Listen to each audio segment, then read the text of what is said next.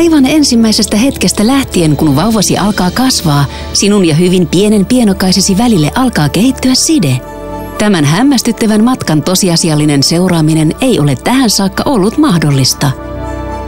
Pampers esittelee uuden iPad-sovelluksen, jonka avulla koko perhe voi nauttia vauvan kehityksen seuraamisesta jo ennen hänen syntymäänsä.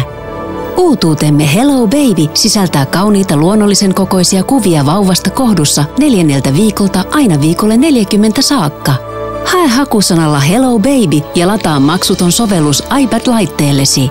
Syötä henkilökohtaiset tiedot, kuten vauvan laskettu aika, nimi, sukupuoli, koko ja paino, jotta voit seurata pienokaisesi tärkeitä muutoksia viikoittain.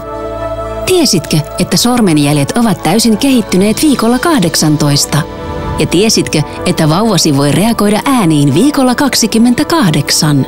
Kosketuspisteet mahdollistavat tarkastelun lähietäisyydeltä ja antavat lisätietoa ja jopa ääniklippejä. Kattavasta Pampers-raskauskalenterista saat lisätietoa kaikista kehitysvaiheista.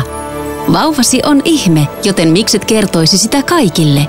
Jaa vauvasi kehitys Facebookissa, jotta ystäväsi pystyvät helposti seuraamaan hänen kehittymistään. Tai pidä iPad-laitetta vatsasi edessä nähdäksesi yksityiskohtaisia kuvia, jotka simuloivat vauvasi kasvua. Kutita vauvan pieniä jalkoja ja kuuntele sydämenlyöntejä. Sano Hello Baby.